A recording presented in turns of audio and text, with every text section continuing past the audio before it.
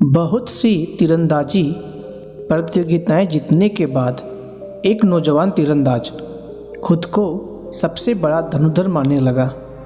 वह जहां भी जाता लोगों को उससे मुकाबला करने की चुनौती देता और उन्हें हराकर उनका मजाक उड़ाता।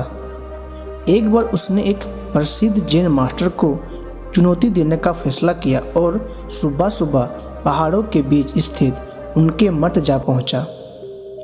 नवयुवक बोला, मास्टर, मैं आपको तीरंदाजी मुकाबले के लिए चुनौती देता हूँ। मास्टर ने नवयुवक की चुनौती स्वीकार कर ली और मुकाबला शुरू हुआ।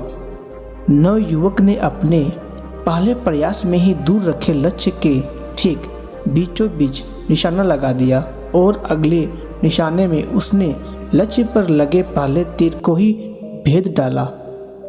अपनी योग्यता पर घमंड करते हुए नवयुवक बोला, कहिए मास्टर, क्या आप इससे बेहतर करके दिखा सकते हैं? यदि हाँ तो करके दिखाइए, यदि नहीं तो हार मान लीजिए।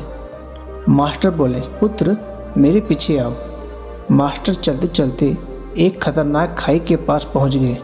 नवयुवक यह सब देखकर घबराया और बोला, मास्टर, ये आप मुझे कहाँ लेकर जा रहे हैं? मास्टर बोले, घबराओ नहीं पुत्र, हम लगभग पहुंच ही गए हैं, बस हमें इससे जर्जर पुलों के बीच जाना है। नवयुवक ने देखा कि दो पहाड़ियों को जोड़ने के लिए किसी ने लकड़ी के एक काम चलाऊ पुल का निर्माण किया था और मास्टर उसी पर जाने के लिए कह रहे थे। मास्टर पुल के बीचों बीच पहुंचे, कमान से तीर निकाला और दूर एक पेड़ के तने पर सटीक निशाना लगाया। निशाना लगाने के बाद मास्टर बोले, आओ पुत्र, अब तुम भी उसी पेड़ पर निशाना लगाकर अपनी दक्षता सिद्ध करो।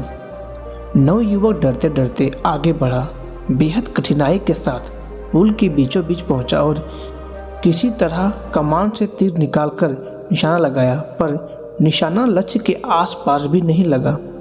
नवयुवक निराश हो गया और अपनी हार स्वीकार कर ली। तब मास्टर बोले, पुत्र, तुमने तीर धनुष पर तो नियंत्रण हासिल कर लिया है, पर तुम्हारा उस मन का क्या? अभी भी नियंत्रण नहीं है, जो किसी भी परिस्थिति में लक्ष्य को भेदने के लिए आवश्यक है। पुत्र, इस बात को हमेशा ध्यान में रखो कि जब तक मनुष्य के अंदर सीखने की जिज्ञासा है तब तक उसके ज्ञान में वृद्धि होती रहती है, लेकिन जब उसके अंदर सर्वश्रेष्ठ होने का अहंकार आ जाता है तो तभी से उसका पतन प्रारंभ हो जाता है। नवयुवक मास्टर की बात समझ चुका था। उसे एहसास हो गया था कि उसका धनुर्विद्या का ज्ञान बस अनुकूल परिस्थितियों के कारगर है और उसे अभी बहुत कुछ सीखना बाकी है। उसने तत्काल ही अपने अहंकार के लिए मास्टर से क्षमा मांगी और सदा एक शिष्य की तरह सीखने और अपने ज्ञान पर घमंड न करने की सौगंध ली। इस जैन कहानी में हमने देखा कि जब जिसके अंदर सर्वश्रेष्ठ होने का अहंकार आ जाता है तभी से उसका पतन प्रारंभ हो जाता है। इसके साथ साथ हर व्यक्ति की अपनी एक खासियत होती है जिसमें दूसरा व्यक्ति शून्य होता है, इसलिए सभी का समान आदर करना हमारा कर्तव्य है। धन्यवाद।